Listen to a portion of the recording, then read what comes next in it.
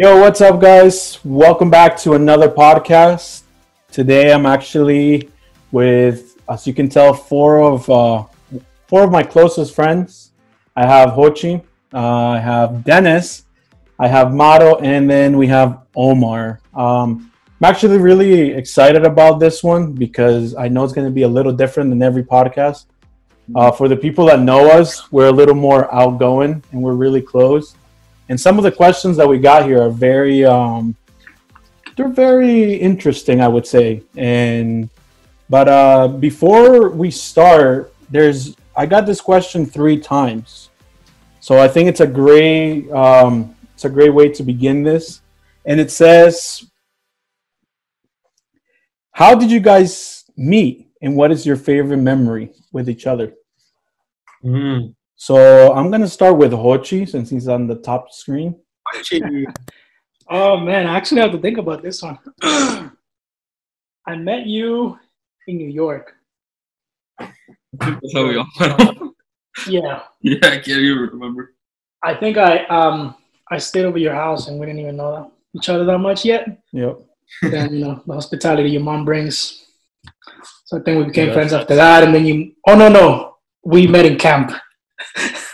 Yes, momentum. You're right. Yep, we met in camp. Yep, and then I stayed over your house, but we were not that cool yet. Yeah, I remember. Yeah, I just had a random stranger in my house. There's like bears and stuff outside your house, crazy. Yep. But we met in camp, I remember.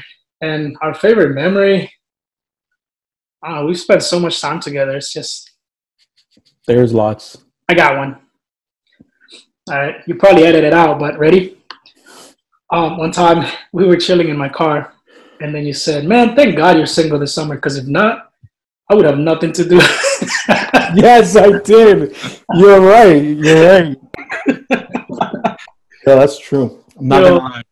No, I think with you, yeah, we met in camp. I think I have 2 memories that I think like pretty much define our friendship. Number one, all the talks we had in that Geico car, bro. Like that's just too many stories to tell. Yeah, sponsored by Geico, guys. So the insurance. Don't contact him. Just contact the company. Yep, thank you. Very good. You said that. And also another thing was, I remember Hochi called me, right, and he's like, "Yo, isn't your mom's birthday tomorrow?" I'm like, "Yeah, it is." He's like, "You want to go and say happy birthday?" I was like, "Wait, are you being serious?" He's like, "Yeah, let's go." I was like, "All right." So literally the next day, we literally traveled here. We came super late because it was after work. Yep. We stopped to get flowers and stuff like that. And then I remember we stopped at McDonald's, got some chicken nuggets, on the way. We got here like around 8 or 9. We talked like with my mom for like, I don't know, 3 hours. And the next morning we left. It was like, "Yo, Mom, happy birthday. Shout out to you." Yep. And your mom was just like, "You guys are seriously leaving right now?" Yeah. To like sleep? I'm like, "It's happy birthday." All right, I'm gonna have Dennis. Oof, jeez. I think the way that we all met each other was kind of similar, but I think like the first memory that comes to mind was like, yes, going to Kingston, but I remember it was like in the old church, in the first church where you guys actually I think where you guys became Vida Real, and I remember that like in that time like Hugo would do literally everything. Like one time I saw him sitting down, he was doing sound. And then he was like multimedia at the same time. I'm like, okay, that's normal. Like I've seen that before.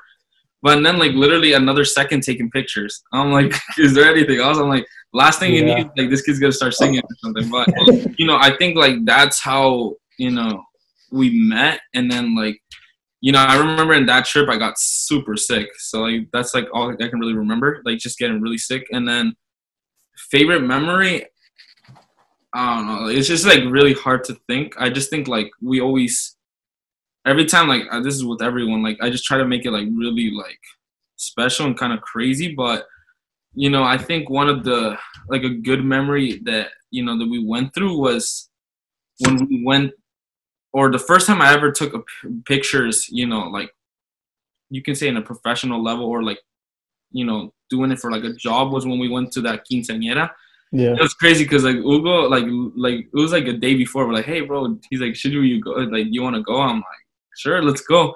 It was just like a good experience, like, talking, and then like we talked some personal things that like, it was like really interesting. And, you see that side of people that when you only see that when you're alone with that person. So I think that was one of the greatest memories because that literally brought me into, liking photography. And, so it was like a win-win situation. Yeah. No, I think the meeting up part, we all met through church somehow. I know that was the one in Kingston. And actually, Omar, I met him not in church.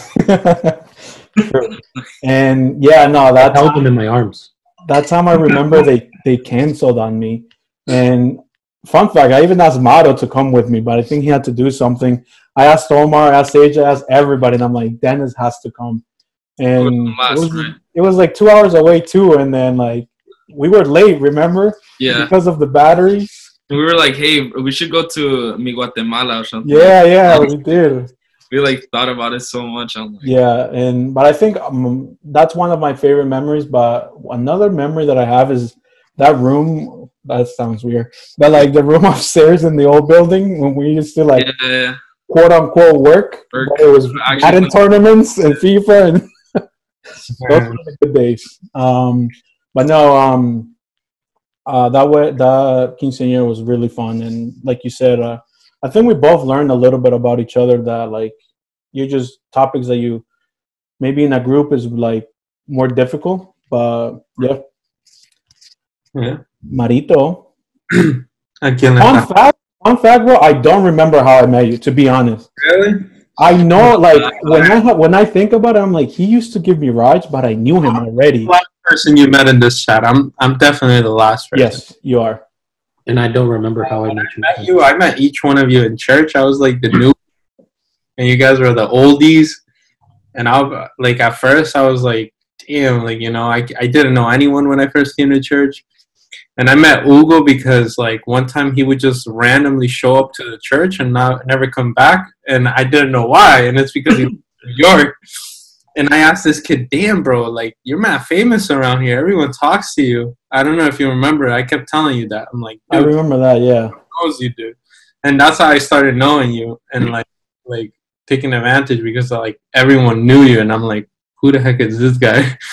And didn't we go eat somewhere or something? Yeah, we went to go eat. And, like, I think when we went out as a youth team, we just got to know each other more. And then Hochi, I met this guy because one time I needed a ride back to my house. Daddy's got me in contact with Hochi because he's healthy too. And when I first met Hochi, fun fact is I thought he was like freaking. You can say it. This kid cannot afford a car. He has a Geico car. This kid's making more than. Little did you know. Anyways, yeah, and I met Hochi there. We had a good conversation, and after that, like, we just became friends naturally. And Dennis, I think I just annoyed the hell out of him. And I'm like, hey, you should play this song. He's like, I remember, he's like, in my church in Texas, we used to play this. Or he's like, you guys, we used to have like crazy nights. And I'm like, he's like, we used to play these type of music. I was a newbie, a first comer, okay? And then Omar, I met this kid because he wanted to recruit me in multimedia. And yeah, like that's how I met all of you. I think with you, yeah, honestly, like obviously it's hard to know the day that you met like someone. But like it was June the 3rd. It was a Tuesday. Huh? That's Omar for everybody. No, like I remember that we went out to eat and then after, but when you used to give me like the whole like rides on the Jeep, bro, like that's the OG Jeep. That was like we were already friends, But I think favorite memory with Mato, the first thing that pops to mind, is that when we used to go on your Jeep like around Harvard or whatever, and we would take turns, pull down the windows. And we would just be like, yo, Jesus loves you and stuff like that. And then there was this one time where I said it. and it was a red light, and it was the most embarrassing thing ever because I was like, "Yo, Jesus loves you," and the model stops, and it's like, "Oh shoot, let me put the window back up." But yeah, I would have to say that's probably one of the first things that come to mind. And then we have Omar. Oh yes. Which funny story should I say? We have a lot. I have a lot. So I actually met Hugo when I was, so between us there's like I think a 3-year difference. So when we first met each other, I was younger in the sense that maturity wise I was less. So I remember that I always looked up to Hugo, and he was like, wow, he does everything. And then it was like, wow, he's so special. But then I got to know him. I was like, I do the same thing. But so I actually don't know when I first met you, because I want to say here for Abriendo Caminos, but I also did go to Kingston, but I don't remember seeing. I remember when I met you. Wait. No, I think we met in Kids Camp. Oh, Kids Camp! Yep, with Carlos and Samantha. Yeah, that's when we water bombed like the pastor. Yes. Yeah. I think that was our first like memory. Yeah. Like we just like, yeah. Omar just goes up to me. He's like, "What if I throw a water balloon to Pastor Benjamin?" I was like, "That's funny." And I'm the only one that was able to do it. That is true. Yeah. But favorite memory of you, this one actually includes Hochi, was when some ICE agents came to my house. Oh my God. No. Yes. No. And then, but when I opened the door, I didn't know they were ICE agents. So they were just hidden on the door, and they were just like da da da. And then I had my mom in the second floor. It's like, call somebody. I don't know what to do. It's like, there are 3 guys. You can't do anything. I was like, you're right, Mom. I can't do anything. And then I was like, and that's when you lived not at my house still. You were still at your other apartment where you used to rent. Yeah. And I just call you, and I was like, yeah, bro, I'm on my way. I'm with Hochi. I'm with Edgar. We'll be right there. Yeah, and the people that don't know Edgar, like Edgar's a big dude. You know? Like these are both, dude. All these 3 people like big, either big like shoulders or just big in the stomach. I won't say who's who. No, and then the thing was like, you know, we're walking, and I just see this van, and out of nowhere, like just 3 other guys came out. And I was like, oh shit. And remember, I was holding a PS4 controller. Yeah. We were all gonna meet up, and I'm like, damn, they're gonna think it's a gun or something. I'm like, frick, I'm dead. Like something's just gonna happen. But yeah, that was funny. That was really funny. I don't remember if I told you guys at the end if they were ICE agents, or you just guys figured. You told us after. You found out after, right? Okay. Yeah, you told us. So so I opened the door. Yeah. I opened the door, and then because we used to rent for this guy, and they were looking for him, and then I was like, yeah, he no longer lives here. All I see is like you guys just walking down the street, but right behind you, those same 3 guys from the van just go right behind you, and I'm like, yep. There goes my friends. I'll see them in Guatemala and El Salvador. You remember though? Like they circled us. Yeah, they did. That was like it was a circle, and they started questioning. I was like, "Why are you guys here?" And I was like, "Oh, our friend called," and he's like, and I think like they didn't ask for anything because they heard like our English was good or something. But I was like, our English is. I'm surprised Hugo's still here. Because the thing is, like, he was like, they were asking questions. He would give answers out of everywhere. Where do you live? Kingston. Where do you live? Yeah, I do. Yeah. And why are you here? I rent here. It was like, Hugo. First of all, I didn't know there were ICE agents. Yeah. Second of all, like, there's a freaking gun in their pockets, and there's this little, like, thing that, like, it looked like I was like, damn, they're police, they're cops or something. So, like, I'm not going to lie to them. I thought they were FBI at the beginning. So when I get nervous, like, I think I'm calm, but my voice gets really high. So I was just like, they're asking questions like, what's up, guys? I was like, no, we're just here to play some video games. That's it. Yeah, no, that was mad funny. I'm going to start off asking this question to... Should we go in, like...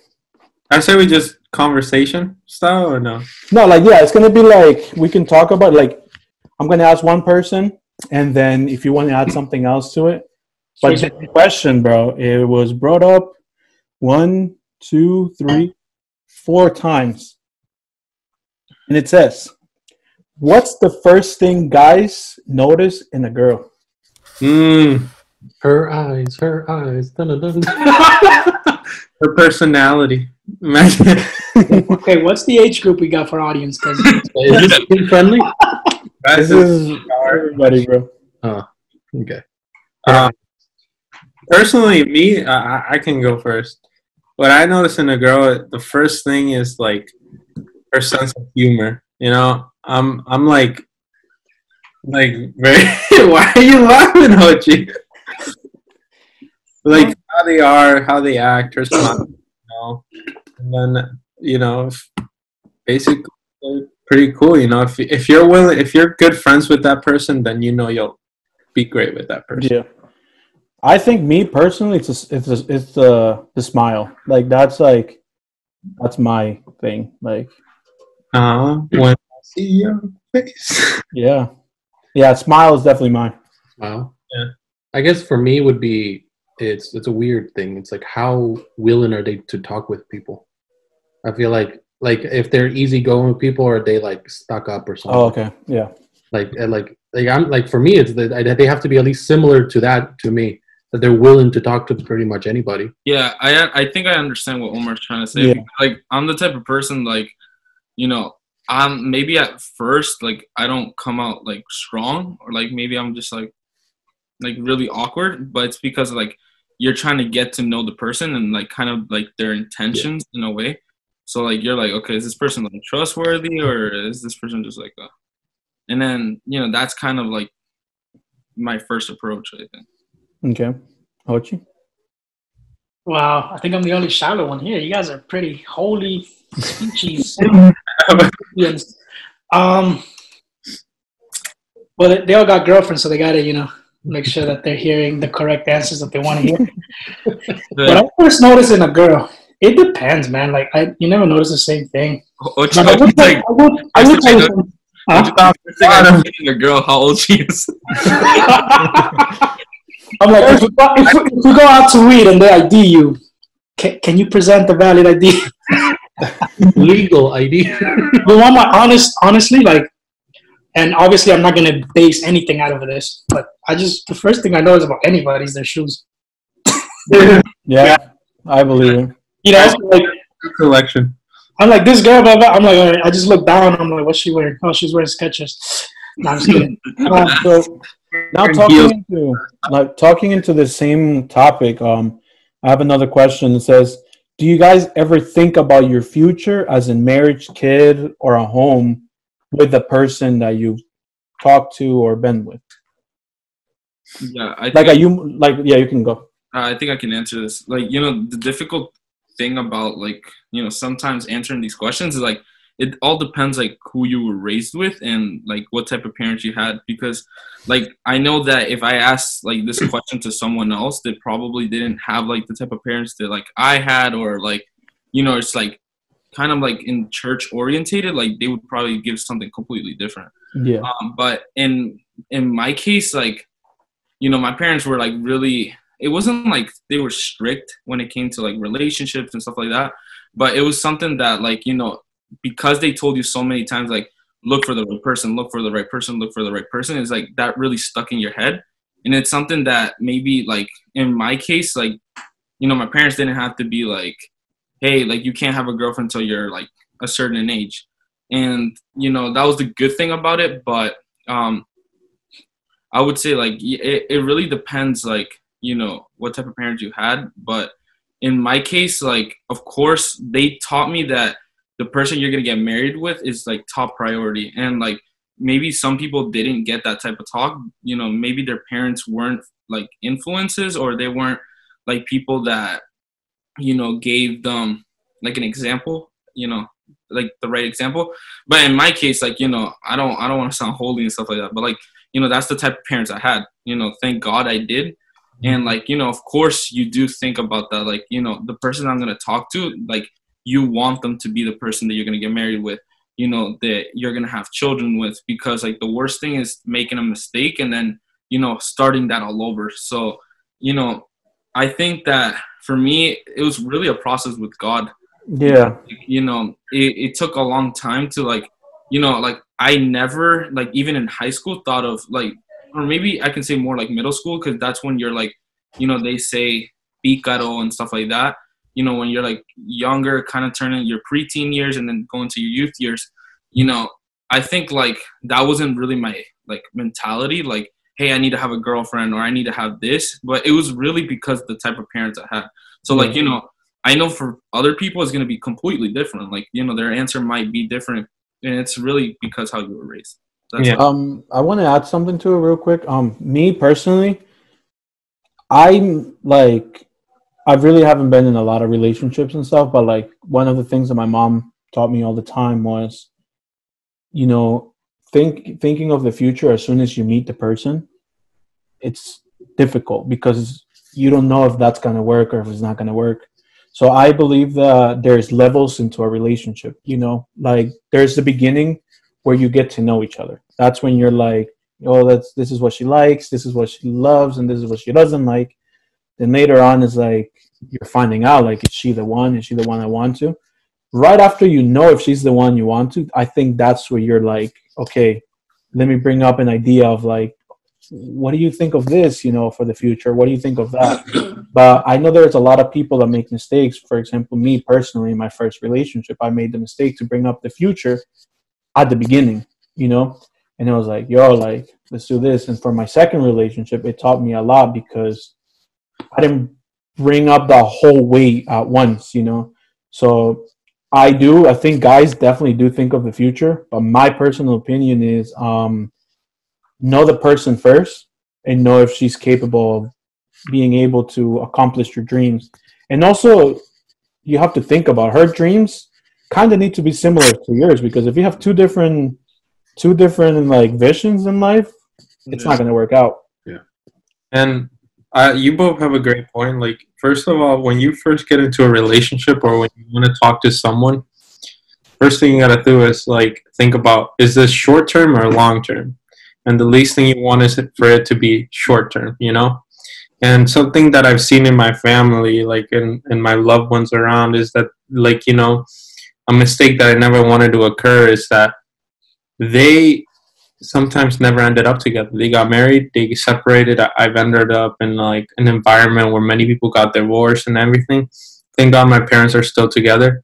But that made me think, damn, I don't want to make the same mistake. I want to be with someone that I know I'm going to be with forever, and we're going to have that connection. We're going to follow the same dreams.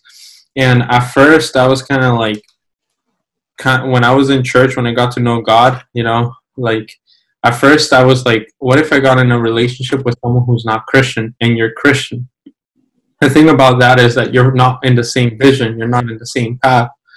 So it's either you drag her towards you or she drags you away from God.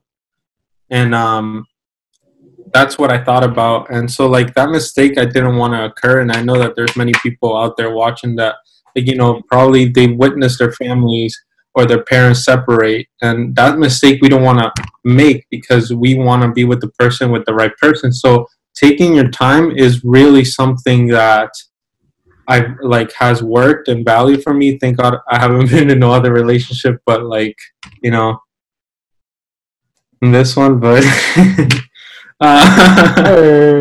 everybody, a moment of silence, please. Deeper, please. Imagine. Stop. You bleed your drop. Anyways, but yeah, take your time, then everything's gonna connect, and you get to know each other, and you get to see that this person you want has the same vision and the same goals you have, and especially number one thing is having God in the center, and that's because God is gonna help you resolve both solutions. If you feel strong, then your relationship will be strong with your partner. That's true. Also, I want to get Hochi's opinion, since you are the oldest one out of the group, and I thought Omar was the oldest.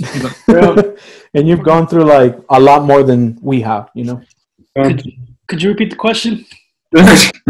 So let me give you the exact. Literally, me when I was trying to answer, I was like, okay, let me go back to the question. I was like, wait, then I was like, oh, okay. They got really romantic, so I just want to, So it says, do you guys ever think about your future as in marriage, kids, and like a home while in a relationship? Yeah. I think that if you don't, then you're just wasting their time and you're wasting your time. Yeah. You know? I know like the people that started like are watching your videos are of all ages. And like for example, like teenagers. And me as a teenager, I'm pretty sure you guys too. We go through a lot of unnecessary pain because we look for it. You know? Like 13, 14 years old, you get a girlfriend, or the girl gets a boyfriend, break up, and it's like the worst pain in the world to you.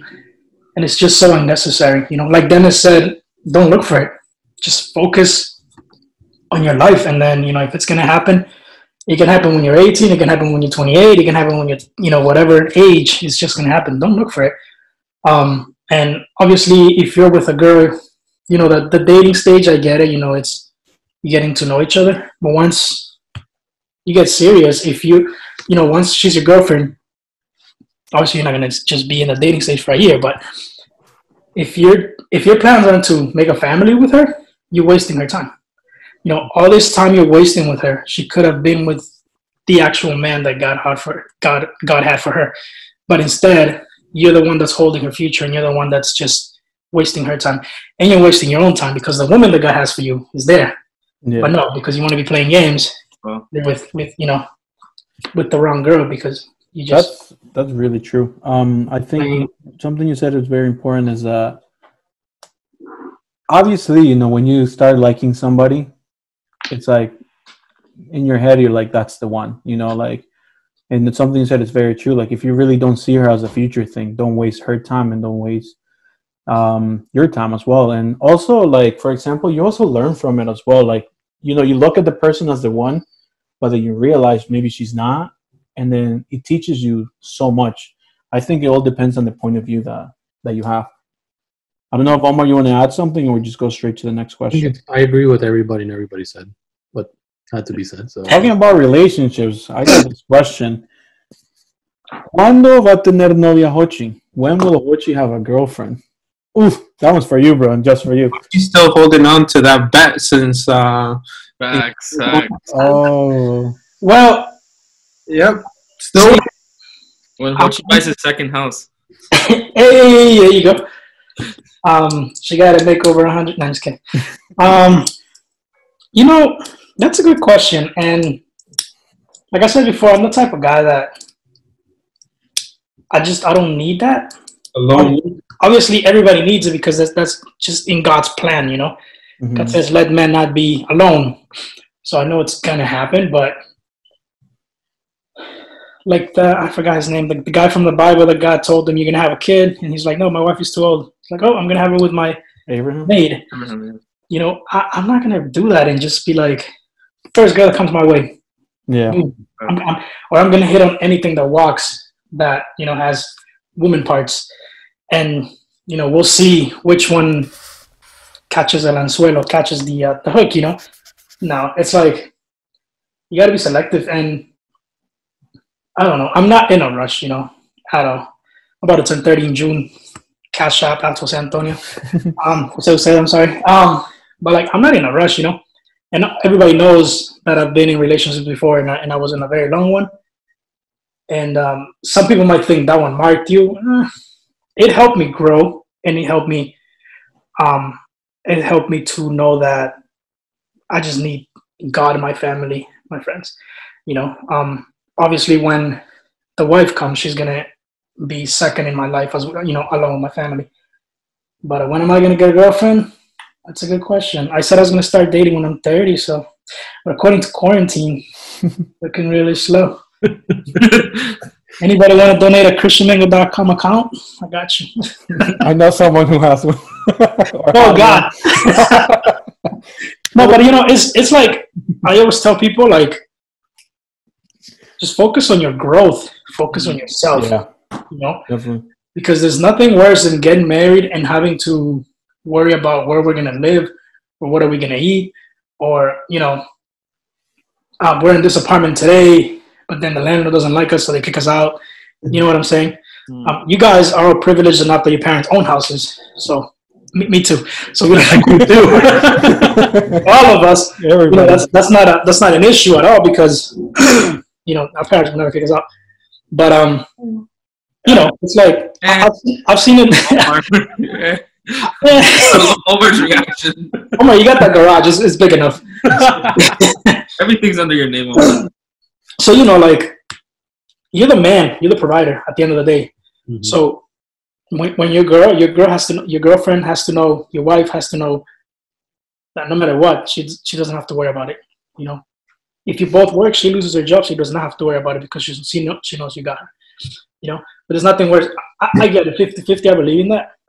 But me as a man, I have to know that I have to, be there for her no matter what, in any sense. So, for the people that are single, I tell you, focus on yourself, grow. One guy once told me, you guys all know him. Won't say his name. Should I? Nah. He told me, he's like, I'm happy with my family. He's like, I just wished I had started what I'm doing now when I was single, so that when my family came, they wouldn't have to suffer at all. Yeah.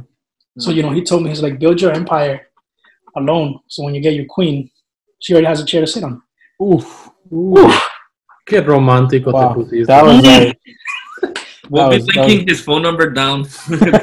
If you liked it, first hit like and subscribe, and then call Hochi. Everybody, that's why you're single. You're too Instagram will be in the description below. Hochi. Yes. No, and like I always tell people, I choose very carefully who I follow advice from, and I advise you guys too. This person that told me that, he's pretty well off. When I'm marrying his age, I want to be somewhere where he is. Shout out to you. Go buy pizzas.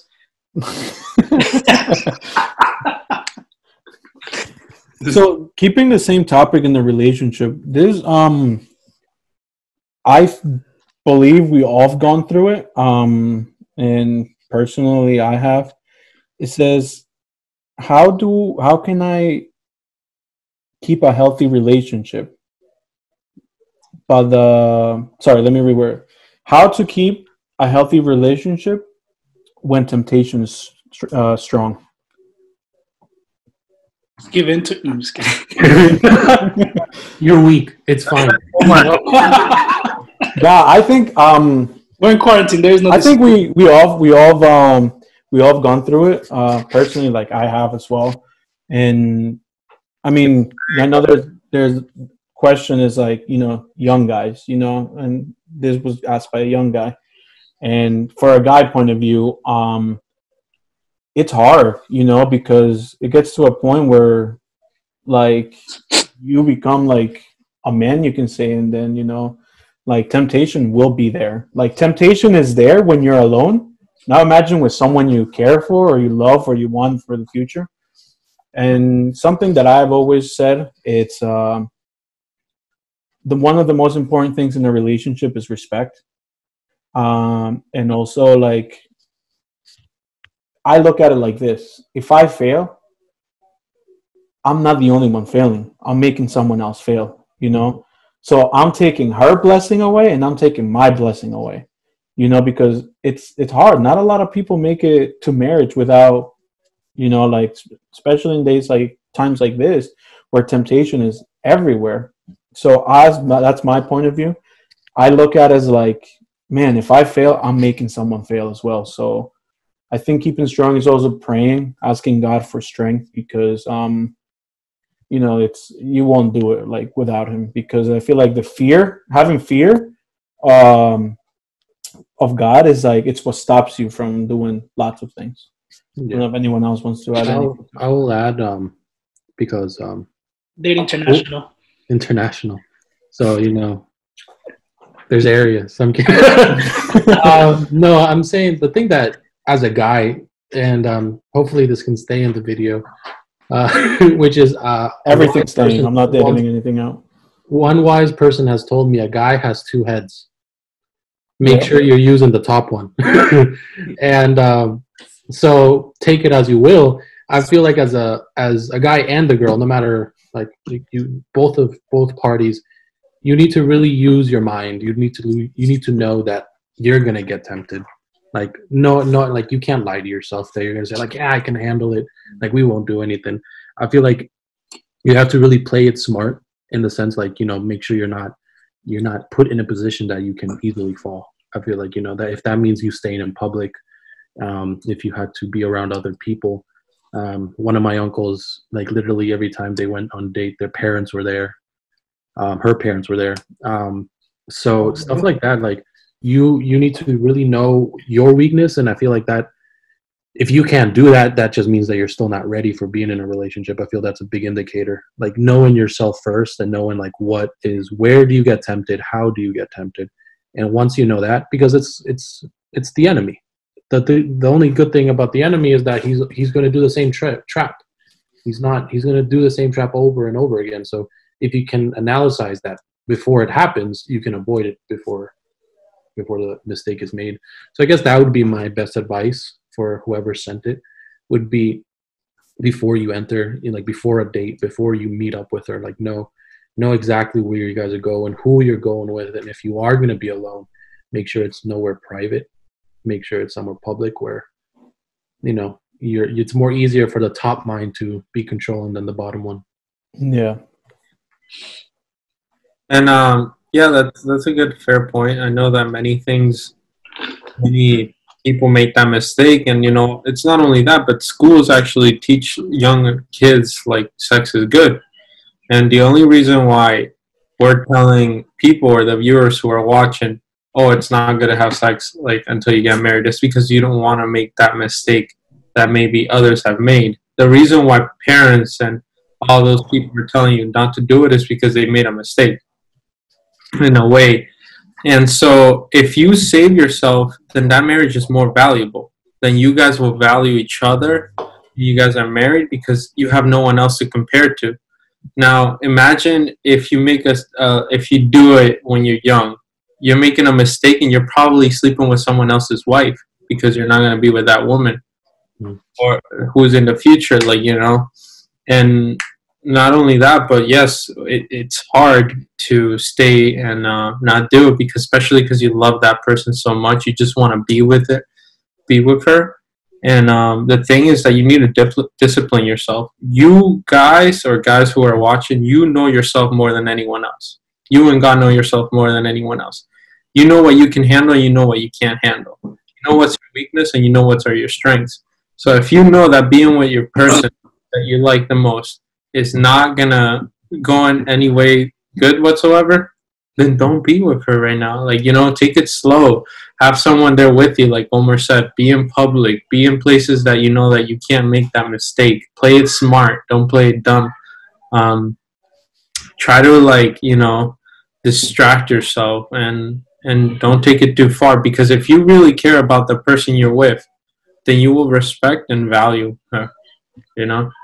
Yeah, that's true. Yeah. Anyone else? I would add, but I think that we're going to just stay in the same question. But I was just going to say one thing that, you know, Mato said something that was really good. And it's, you know, he was talking about like the sex part. But I know that there's people that are watching that probably their temptation is something completely different. It could probably be, you know, maybe it's pornography, or maybe it's something else, or maybe lying, maybe it's stealing. And, you know, all these things come in play when you're in a relationship, because you can steal from your partner, you can lie to your partner. And then, you know, that just kind of like, it's kind of like cutting a hole, you know, in something, in an object. It's like popping a ball or something. And something that's really interesting that Hochi also said that really caught my attention, the last question is, you know, at the end of the day, you know, in this relationship, if you don't take care of the person that you have, you're also hurting their feelings, but you're also hurting your own feelings. And it's something that, you know, at the end of the day, it's the way that you're going to treat the person. And, you know, the temptation, I learned this and I heard this in a preaching, and it's like putting boundaries, but also like, you know, knowing, you know, when to stop, when it's too far. And it's something that you also have to understand, because at the end of the day, if you don't value that person, you know, you're not the only person that's losing, but at the end of it's like a diamond. Like if you find a diamond and then you're just like, hey, let me just throw in the river. Like, you know, you end up losing all that stuff. So, you know, I would say, like, you know, just be really careful. And, you know, all of you guys said really good things. Like, you know, there's really not too much to add, but, like, you know, it's knowing, you know, when it's too much. And also, you know, as Mato said, it's knowing your temptation. If your temptation is a certain thing, you know, stay away from it or put a boundary so you don't fall in that again. Yeah. Anyone else? I think we got, but no, going into the same talking the same relationship wise and stuff. I like this question because it's something that I went through, and I think we all have, like, being honest. Let me just find this so I can say the right things. How can I be strong enough, or what can I do to leave pornography and masturbation?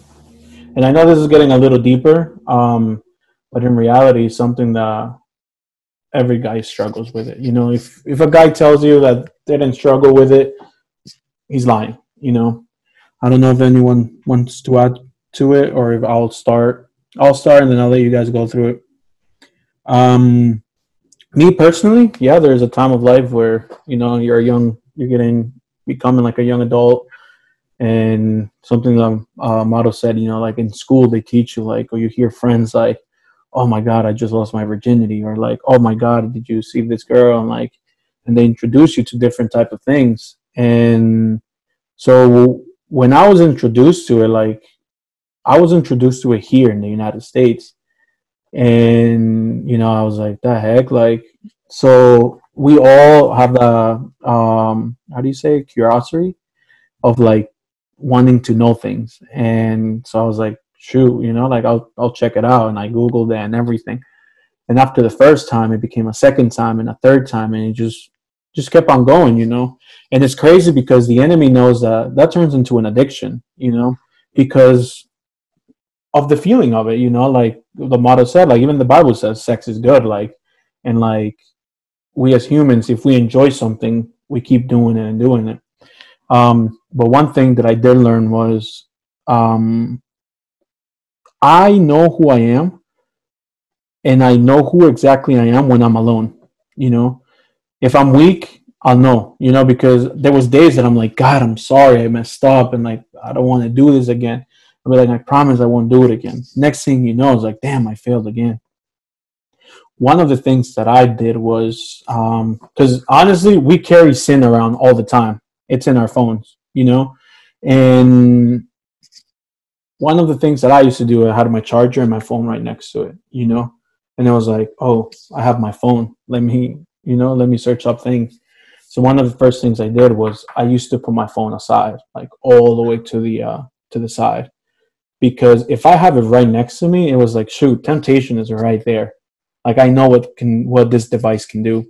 And there's a lot more things that I did to it, but one of the first things that I could tell you is try to put your temptation away. Like, because when you're in bed, it's so hard to get up for something. It's like, you're not going to get up for it, you know? So that's one of the things I did. I was like, let me put my phone aside. And that was the first part of it. But I don't know if anyone else wants to add something to it. I was going to say, like, you know, maybe if that's, like, your issue, like, when it comes to, like, you know, pornography and also, like, masturbation and stuff like that, like, you know, I don't know why, but, like, there's a lot of people that gave, like, good advice, I think, when I was, like, growing up. And someone said, you know, if that's your problem, keep your door open. And it's something like, don't close your door. That's true. You know, if you want to leave something, you know, let everyone hear, let everyone see. And it's something that, you know, normally bad things happen when there's closed doors, when you think that no one's looking. And, you know, you also see that in the Bible with Adam and Eve. Like, you know, they entered temptation thinking that no one was looking at them. You know, being smart enough, knowing that God, you know, sees everything. And, you know, Ugo kind of, like, told us that, like, these were the kind of the questions we were going to get. And it's crazy because, like, I was going on a walk today, and, you know, something, like, light up in my head, and it's something that I learned in school.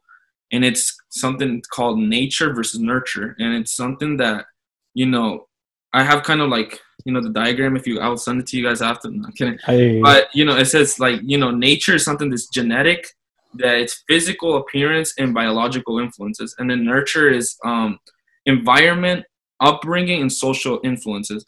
So the problem is that when it comes to like pornography, when it comes to, and this has a lot to do with it, like your hormones, like you think that it's something that, that's genetic. You're like, I'm like that, I like girls, but, I also like seeing things I'm not supposed to. You think that it's something biological. It's something in your DNA that you're like that. But the problem is that because, the world is so perverted, and the reason why, society makes it think like it's something good. And I don't know about you guys, but I remember in school, people would be like, hey, bro, did you see this? And like, if you didn't really associate with that type of language, like you weren't like, like you were like considered like weird, or you were considered like, like really kind of like, I don't really know how to explain it, but, society makes you feel like an outsider if you're, if you don't associate with these things.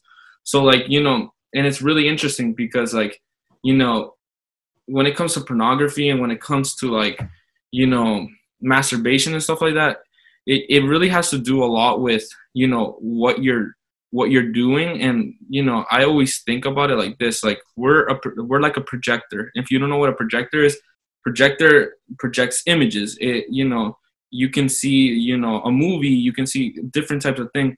And like whatever is being uploaded to that projector, that's what you're going to be projecting. So like, if pornography is what you're watching, maybe your language is going to be different. Maybe when they say, hey, like when they say something like, bro, did you see that girl? You instantly start to laugh. And, that's where like, maturity has to do a lot with it. And something that's like really interesting is that people see it as like a bad thing. And sometimes when we go to encounters, when we go to camps, we see people that we're about to talk about this topic, they just start laughing. I'm like, why do they do that? Like, you think about those stuff. And, I think that I heard this from, I can't really remember exactly who told me this, but it was a pastor, and he's like, almost 95% of guys in churches are addicted or have been addicted to pornography. So, like, maybe that's not the specific number, but we know that's a high number, especially in churches, and especially imagine in the world how many people do that. But that's what I would say. And that's a good point that you're making. It's like now in society, like nudity is becoming the new normal. Like if you guys see rated R movies back then, used to be like PG-13 movies. You wouldn't see a lot of things, but now it's just becoming the new normal, and these kids are adapting to it. And that's what becomes an addiction. Is that even though you might see it and you might not think it's affecting you at the moment, later on you'll start thinking about it, and that builds up like small sin. And one thing, Dennis had a good point. Like if you struggle with it, leave the door open. Hopefully leave your house open because you live alone. But he lives in them. Yeah, this is normal. Like, and it's tough. It's sad to see like kids like struggling with this, and sometimes it might not even be their fault, and it's something maybe their environment they grew up. It might have been like that, or they got violated, or they got touched when they were a kid, and that's something that that affects them later on in the future. And also it's like things we're seeing around us. What's your atmosphere around? Change that. Who you're with, change your influences. And because that all adds up to what you're going to do after. And that all adds up if it's going to affect your relationship in the future, or if it's going to affect your relationship now, even till now, whether what you're doing. I know that like a lot of guys struggle with this. And one thing I can tell you is that if you're struggling with this, like, you know what you shouldn't be touching. You know what apps, what you don't have to open. Like if that's going to affect you, then like, don't use your phone, give it, put it aside, limit yourself. Now that like phones, you can actually limit what you can use now. So use that if that's struggling, like block it off. You can block it off. I know that iPhone has a setting where you can block off certain apps you want, so you can limit yourself. So like if that's you, like then put it, have it. Like social medias, unfollow those people who give you temptations. Like social medias are filled with like nudity or like there's this pastor that said there's white porn and black porn. White porn is usually what we see around, like, you know, Victoria's Secret, those billboard signs, social medias, all these things. And then there's black porn, which is stuff you're not supposed to watch, or really dirty things that like people post online. It's like there's things with animals up there, and like there's things with like certain things that you know, your mind goes crazy, and that's something that gets into you if you watch it. So whatever you're watching, just cut it now before it affects you. Like, it all has to do with fear of God. Like, you know, you're not alone when you're doing that. Like, just make sure you know, there's always someone watching you right behind what you're doing. And there's this verse in Matthew that it says, like, you know, if you struggle with it, it's better you to cut your hand than sin. It's better you take your eyes off than sin. Why? Because that affects your destiny. Like, what you're, like, you know, God told us not to commit adultery and all these things. So it's better for us to be safe and have a healthy relationship with our partner, have a healthy relationship with ourselves, even ourselves, in the future, you know? Yeah. Anyone else? I think the only thing I would add, because I agree with everybody else, is let go of the pride that you can do it alone. And I feel like I'm just talking about personal experience. Like, for me, it took a long time to get over it, only in the sense that every time my excuse, like, I'll do better. And I feel like that is not so efficient, because like you don't have nobody to hold yourself accountable to. So for me, it would be find yourself, like if you have a mentor, tell him, even though like inside of you in your pride or you're scared might say like, oh, they'll think bad about me, or they'll, you know, I don't know, if, like for people at church, like, oh, they'll sit me down or something like that. But it's that little consequence and what like pornography, masturbation can lead you into. And so for me, it would be, and that helped me a lot, which was for me, find myself a mentor. That mentor, like be completely truthful to him. Like if you did it that week, tell him like, hey, like I did it this week, but like I'm trying to get better. But like by that way you have like an actual person that you have yourself accountable to. It's not just you and your imaginary calendar. Like, oh, I didn't do it Monday, but I did do it Tuesday, but Wednesday, Thursday, I was fine. So I'm good for Friday.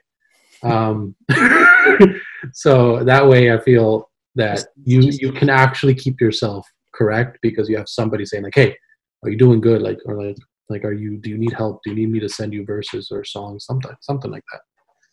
And if anybody, like if from church or any that's watching that needs help, here's 5 people that have gone through it and that are willing to help. Cold showers help. Showers. Talking about showers. Maybe to get out of the stronger topic. I have a question here. It says, is hygiene a priority for guys? Yes. For me personally, it is. I have to be clean, you know. I want people around me to think I'm clean, you know, and it really shows how you truly are. Also, it's just like, it's good for your health to be clean, and you know, like the people around you think good about you. You create a better image. And yeah, me, like, I went through a time where like I didn't care, you know, I'm gonna be honest. Like, I'm gonna be blunt. I was like, like, whatever. Like, but I think that what definitely pushed me, it was when I was in a relationship, you know, and I was like, yo, like, I don't want my girl to smell something bad, or, you know, like what the hell's wrong, you know, like. But I think that's what definitely I was like, como te cambia la mente, you know. So yeah, that's definitely something that, and also like you said, like, you even feel better, you know. It's not the same thing going with the same shirt as yesterday and going with a new one on. About you guys. It's just a good habit to build in general, you know. Like, you just like you like good scents. You're not gonna stay in a room that smells bad, but you rather be in a room that smells good, you know. Mm-hmm. It's just good to be like, you know. Also your room too, like, you know, it's God's altar, so like it's where you, like, it really reflects how your life is gonna be if you're very like clean and organized, and like, come on, like if you guys were in a relationship where the person you were does not have a hygiene, you guys wouldn't even be with that person, and you guys have to know, because like that's the same way for women. Women want to be with someone who's hygiene and maintains himself, takes care of himself. Why? Because when you actually marry that person, like you want to show you care by your actions too, by the way you take care of yourself. Just because you're married, you're not gonna like not take care of yourself anymore because you're finally have the woman. But always keep that love, that compassion, that. Yeah. Also, I was just gonna say one thing. Many times when that like occurs, like I don't know if it has happened to you guys, but when you're in a messy place, you feel like you can't be productive, or like and that also has to do a lot with yourself. If you look like a messy person, people are not gonna want to associate with you at all, like in general.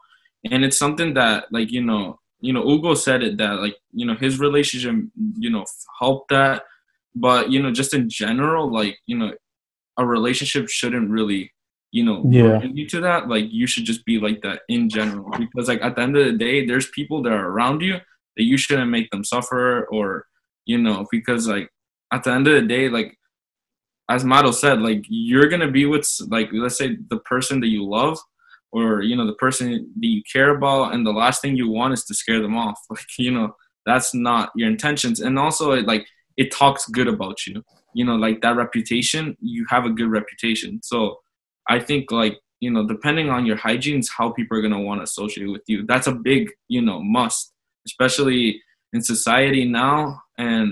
But some people just think that they don't really care.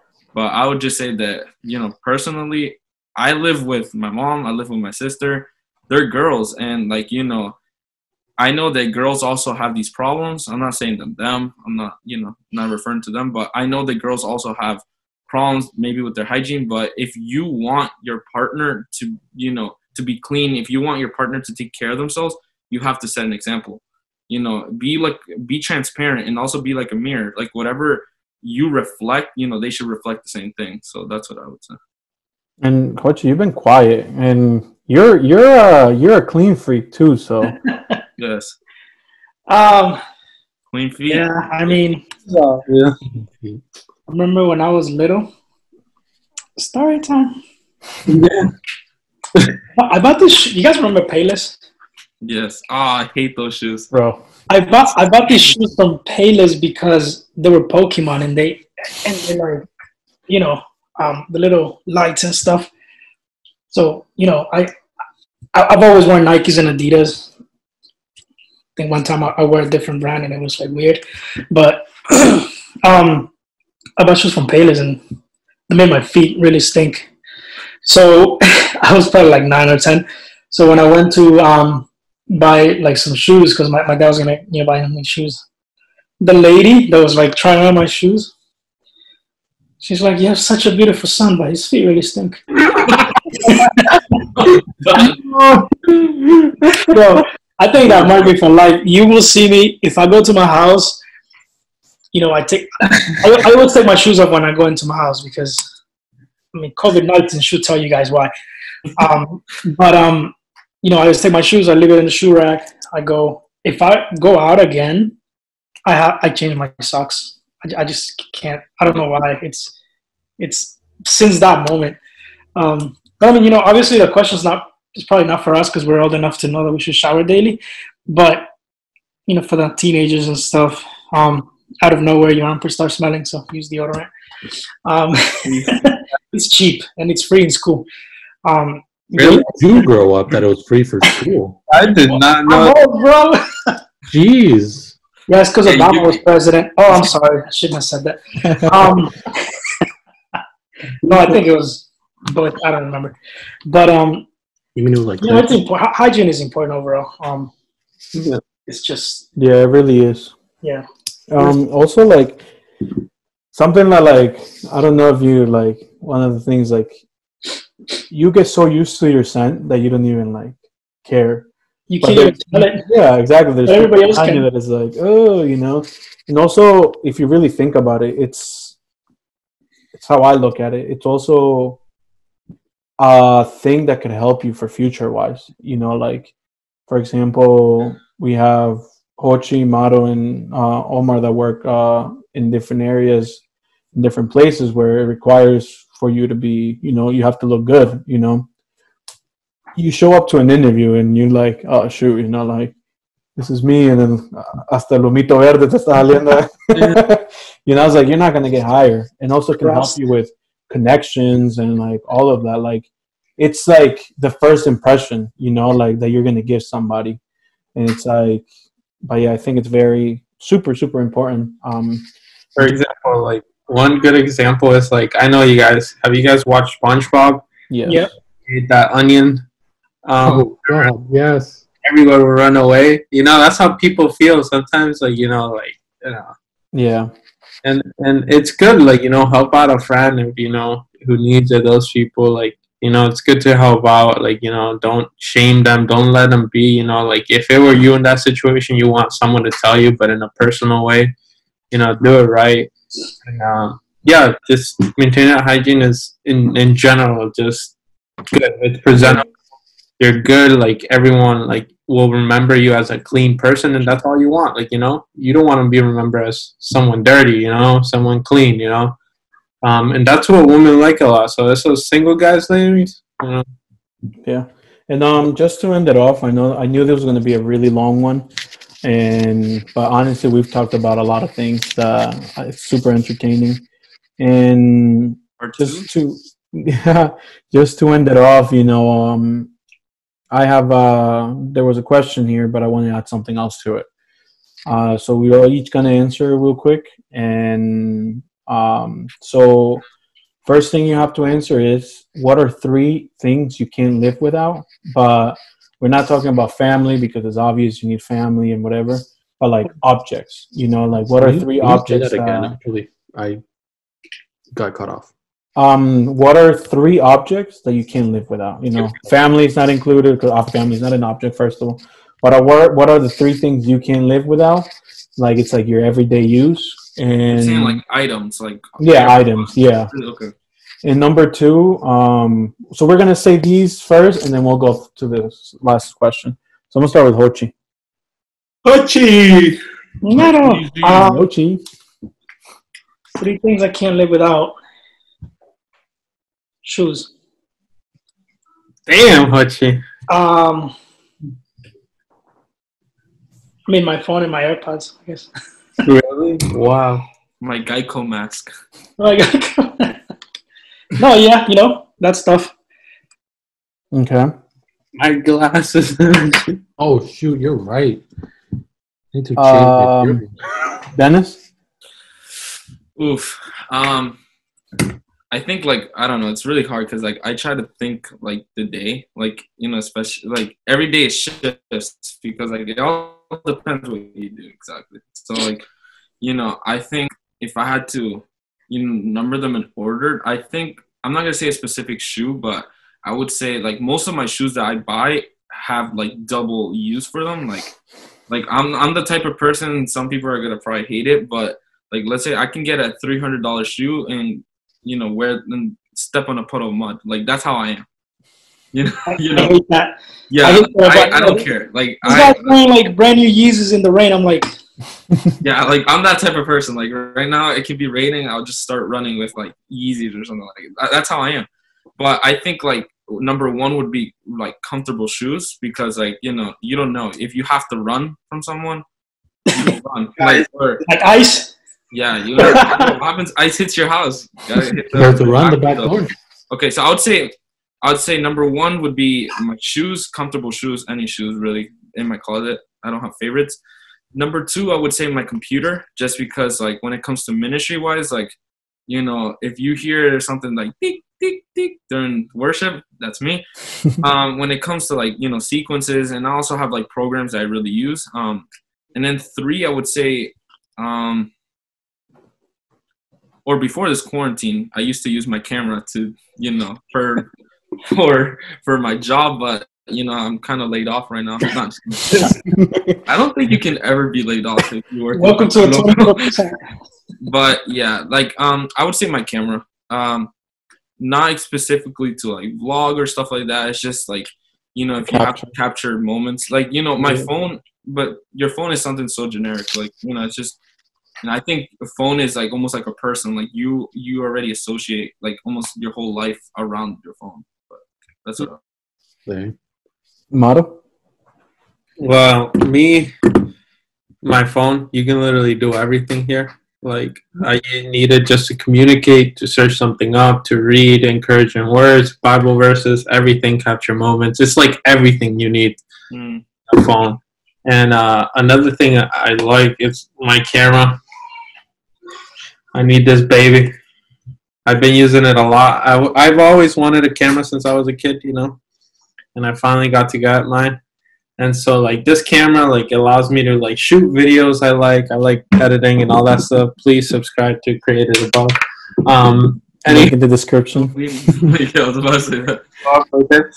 Other than that, I like my computer. I like to do my work. I need a computer to do my work, to edit. I love editing. And just, you know, to create content, search up, you know, you want to watch a movie, go ahead. You want to talk to a friend, the Zoom call.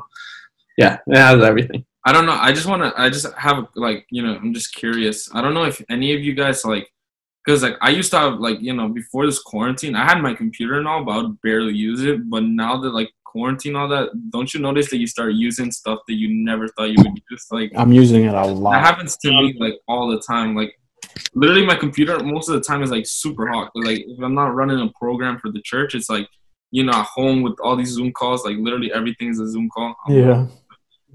I was just, like, curious because I'm, like, sometimes, like, when you buy it, you're, like, that was a stupid, you know, thing that I invested in. And then, like, now you're just, like, wow. Like, if I just knew that this was all going to happen. Wow. It was worth it. One more? Oh, sorry. First one is my car. I cannot be in a place without knowing that I have a way to get out. Ice. No, for me, it's like, the thing is, like, I remember, like, when I started doing ministry, I would depend so much on other people. Like, I know many of us, we know Carlos. He shout out to Carlos. He gave us rides. Like, he lived in Somerville, but he would pick me up in Everett. He would pick up people from, like, other parts of Somerville. So, like, going through that, and I'm like, you know, like, even when I'm, like, overseas, like, if I don't have access to a car, I would have to rent one, because I would not like to be like another carga, like a luggage for somebody else to be carrying around. And I feel like transportation is the most important thing. Second thing would be my laptop, because either if I'm not doing it for school, because I use it a lot for school, I'm either doing it for ministry, or I have it to save myself from not getting yelled from the pastor. Which rarely happens, Omar. Rarely happens, yes. But that's why I, like, including with that, like, when I say laptop, it's adapters, it's like HDMI cables. Anyway, to get a projector ready to go, because multimedia. I'm even thinking of getting, like, a small projector, a portable. Me too. So that would be helpful. And then my third one, it's my glasses. I literally can't see. Like, if I don't have my glasses, I wouldn't know if it's you guys. I would think it's just three white blobs, and then Dennis, because it's dark. Yeah. Wow. So those are my three things: the car, laptop, and then my glasses. Yeah, I think me would be number one, definitely my phone. Because like, most of my income. Yeah, bro. If you look at it, this phone's gone through heaven and hell. So I think when it was given to me, it was hell already. So it was a really good phone. Yeah. So in reality, like, my phone, because as you know, most of my income comes from photography and video, and I use it all the time. You know, like, now I can edit, like, an image or something on it if I wanted to do, like, or send it to somebody. I have my folders on Google Drive, and I can just literally copy the link and send it. And just like Mato said, contact people, and just, you can do literally everything. Number two, my computer. This is my baby, where I edit the photos, edit videos. I use it for pretty much everything. And believe it or not a lot of people know this, but 3 is definitely music. Like, I'm an instrumental person. Like, I love instrumental music. Like when I'm editing or something, I need to have instrumental music in the background. If I'm in my room or something, like, I like to have like the instrumental part of it, or maybe not instrumental part of it, but like I need to have music. And I don't really share that a lot, but like usually my AirPods, if you see with my AirPod, I'll have music super low. Like, it helps me. He's used his AirPods so many times and now he has to use those wired ones. Yeah. No, they're resting right now. But no, I think those are the 3 things. And just to end it off real quick, it says, if you could give a word of advice to all the young people watching this, what would it be? We're going to go in the same order. Okay. Damn it, 1 second. I'd give a word of advice to always plan ahead. You know, I was talking to my mom yesterday. I saw her after like 2 months. But you know, hey, look, Mama made it. And I was like, you know what? I started working when I was probably like 16. I'm like, if I had, I told you the same thing too, Omar. I was like, if I had saved $10,000 a year, I would have had over 100,000 in the bank right now. But instead, you know, we just live day by day, and we're like, oh, you know, this new game came. It's 150. I got the money. Buy it. You know, so just so just plan ahead. You know, whatever you do, don't do it for today. Do it for tomorrow. Do it for 5 years from now. Like anything I do, even like when I buy shoes, man, I'm like, these shoes are gonna still be worth the same amount of money 5 years from now, and it's like that's why I'm gonna wear them 2 times and then just put them away. But like. Not Dennis. Not me. Every is a beater. Just plan ahead. You know, don't live by today. Like, for example, we're all in quarantine. You know, I'm not gonna make my decisions based on me being in quarantine because this is gonna be over. You know, like the Bible says, these two shall pass. So, you know, it's just pointless. When I was with ex-girlfriend that you guys know. I remember when we first started dating, we had, you know, because our church works with, you know, leadership 12s and stuff. We were in different groups, and I started an argument because she was like, I'm not leaving. I'm like, well, I'm not leaving, you know, and this was like 2 months into dating. So she wanted me to leave my pastor to go with her pastor. And I was like, I'm not doing that, you know. And then after, I'm like, you know what? I'm like, I don't even know what's going to happen a year from now. Like, why am I worrying about this? You know what happened? The pastor ended up uniting and making groups of 3. And her group was with my group. So I'm like, bro, we literally didn't talk to each other for 2 days over something that fixed itself. You know? So, so like I said, again, just make decisions for the future, not for today. Yeah. Dennis? Okay. I have 2. One, it's really generic. I think, like, you know, especially right now, I think it's something for everyone. And it's just like, you know, enjoy the people you're with, enjoy your family, enjoy everything. Like, you know, that is something that I know people still, until this day, you know, I don't know how to say in English. Take it for granted. Yeah, exactly. He read my mind. But yeah, like, I think that, you know, some people, you know, we've been in quarantine for 2 months and they still don't appreciate that. So, you know, it's going to be something that, you know, when you lose someone, you'll understand. I think that's something that maybe everyone has. But I was going to say, I already forgot. Oh, sorry. Appreciate what you have. And, you know, that's that. But also, you know, Jesus, I already forgot. That's like, I just look at my bed. I'm like at the bed. I'm just like, all right. Oh no, I got it. Sorry. We'll bleep that out. Okay. Okay. No. It's being persistent with whatever you're gonna do. I think something that maybe in these 3 years that God really has taught me, but also my parents, it's like being persistent with. Let's say you want to start a project, just make sure you're gonna actually do it. You know. Don't hype up something and then you don't end up doing it. Like, I've done it too many times. And, you know, I literally start with the shirt company, as some of you guys know. I'm not going to shout it out because who knows if I'm going to keep doing it. But, I started with shirts. I'm like, I'm going to keep going. And it's something that, like, I wasn't persistent. It died. The idea died. And, so, like, I would say, like, something that most youth nowadays, like, their biggest conflict is them, like, starting something and then they don't finish correctly, or they start something and never, like, keeps going. So I'll just say be persistent with whatever you're going to do. And if you're going to do it, give it your 100%. And we have a lot of people here that are examples of that. So of the 100%. Just there it go. Marito.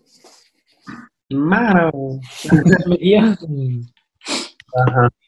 Anyways, one thing I, is just don't be afraid to get out of your comfort zone.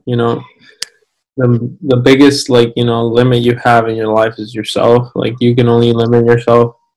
I feel like if I were to pursue something I love way before, I would have been at a higher level. So if you're dreaming about something, like, let's say, I want to be, let's say a filmmaker, then start right now. The earlier the better, or you want to teach, then start doing that, like, start practicing. It's never too late, because if you start your dreams earlier, then I'm pretty sure you'll be a pro by the time you're, like, older, like, and you waste that time. Like, take advantage of every time you have. Like, right now it's the perfect time. We're in quarantine, and we used to always complain, I don't have time to follow my dreams, I don't have time to be with my family, I don't have time, like, all these times to do my projects, but now you can. There's no excuse, so just take advantage. Omar? My advice would be, don't have the mentality of you'll figure it out when you're an adult. I feel like I don't want to sound too cliche, but I feel like high school years, and I'm just saying about, like, the younger people who are watching, like, your high school years, like, take advantage of it. Like, one, you're living with your parents, you don't have a lot of, like, financial responsibilities. Even some do, but take advantage of, like, what your school does. Figure out what you want to do, because and it doesn't even have to be just college. Like, because you see Steve Gates, Bill Gates. You see Bill Gates, Steve Jobs. Like, they didn't go to college, but they knew what they loved to do before they went to college. They knew what they wanted before they hit their prime time. And I feel like that's the mistake mainly some of us did in the beginning, or some people in this generation, is that don't get swallowed up in the smaller things. Like think about. Sorry, Bleep it. Sorry, I don't know if you guys heard that. But, Oh yeah, I got half one. I heard it. Okay, so yeah, I imagine that. But I would say, like, focus on the time that you have and take advantage of it, mostly in your high school years, because of that reason, is that you shouldn't figure it out when you're when you're an adult. You should be working on it. It's like what Mato said. Work on it when you're adult, plan it when you're younger, so that you're not regretting it when you're older. And so that would be my advice. We do the thingy where we close off like that. Okay. Definitely, like, there's a lot of things that I go by. But as you guys know, you guys are one of the people that know the most about me. And when I saw the question, I started thinking about it, and I wrote it down too. I've made mistakes my path and everything, and through the people who've been following the podcast, I've talked a little bit of some of the mistakes. But I wrote down something. It says, everyone in the world has made a mistake one time or another. Admit and take responsibility for your mistake when it happens. Find out the reasons, learn from it, and create a plan to not make the same mistake again.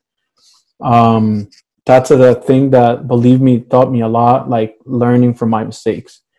And one thing that I can say, if you messed up, man, it's cool. Like, many people have messed up. And one thing that I was talking to Jose Barrientos was this guy, I don't know his name, but he's Iron Man. He plays the role as Iron Man. There's still people that are Robert something. Yeah, Robert something Jr. And there's people that still bring up the photos of his past when he was getting arrested.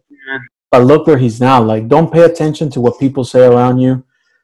Always have I'm very, very, like, Omar knows this. You guys know this.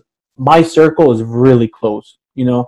Like, I don't like having a big circle with a lot of people and everything. Like, if I tell you something, you're one of the 3-4 people I tell, you know?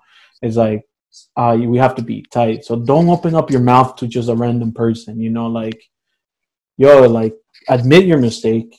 Look, this is what happened. I'm sorry, blah, blah, blah. Like, okay, get up. People will talk about you. People will try to shame you and everything. Who cares? Just keep on doing you. And believe me, you learn from your mistakes. And like I said, create a plan to not do it again. Like, okay, this is my weakness. Let me create something around it so it doesn't happen again.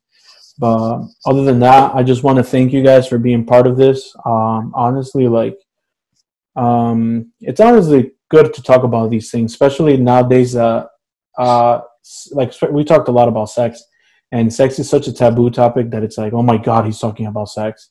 So I think it needs to be said, you know. So I want to thank you guys for being definitely my longest podcast in the history, because I don't think I'll have a longer one than this one. But no, I really want to thank you guys, and I'm gonna definitely your social medias will be linked up right under your names. Also, Mato, I know he started his YouTube channel as well. Go show some love to him. I'll have the link in the description. Yo, that feels weird to say, bro.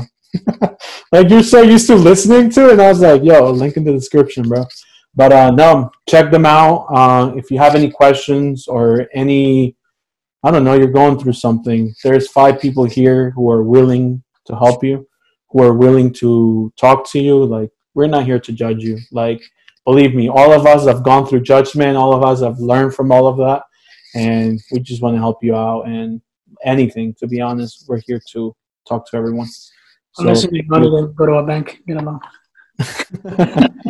So, yeah, thank you so much, guys. I love you all. And we'll definitely have a part 2 soon. Awesome. Yeah, it'll be awesome. Part 2 a year from now. Where are they now? Yeah, where are we she's still single. Same question. Oh, Omar, you owe me so many today. That's true. Omar's roasted you a little bit. Having a cool group, like, you can just say random things, and you know, it's not like we're not hurting or anything. But yes, thank you guys. I don't know if anyone wants to say anything before we leave. If not, I think Jose Mejia wants to say something. Yeah, Jose, who are you in the call with, huh? Huh? Say something. My mom is calling me. I need All